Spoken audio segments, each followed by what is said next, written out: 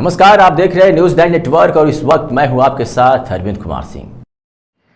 जनपद शामली के कस्बा कैराना के यमुना ब्रिज पर एक्सीडेंट हुआ है, जिसमें एक बाइक सवार युवक को एक अनियंत्रित ट्रक ने पूरी तरह से कुचल दिया, जिसमें युवक की मौके पर ही मौत हो गई। सूचना पर पहुंची पुलिस ने ट्रक को कब्जे में लेते हुए शव को पोस्टमार्टम के लिए भेज दिया। हादसे से परिजनों में कोहराम मचा हुआ है। हादसे के बाद ब्रिज पर जाम लग गया। सूचना पर यमुना ब्रिज पुलिस चौकी प्रभारी एसआई पुलिस टीम के साथ मौके पर पहुंच ट्रक को अपने कब्जे में ले लिया है, जबकि चालक फरार बताया जा रहा है कि मृतक नीरज अपने परिवार में इकलौता बेटा था। मृतक के 3 मासूम बच्चे हैं।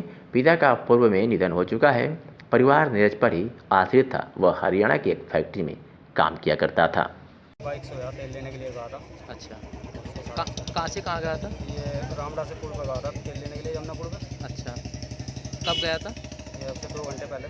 अच्छा, किस जगह हुआ एक्सीडेंट? यमुनापुर पर। क्या नाम है? नीरज कुमार। किस चीज़ से हुआ? ट्रक से।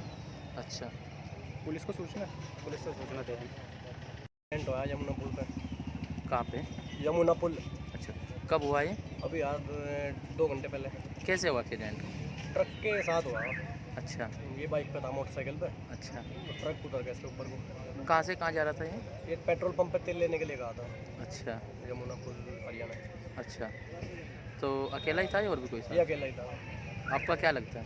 ये परिवार में से है, चाचा का लड़का है। क्या नाम है उसका? नीरज। कितनी उम्र थी इसकी? ये 27 साल।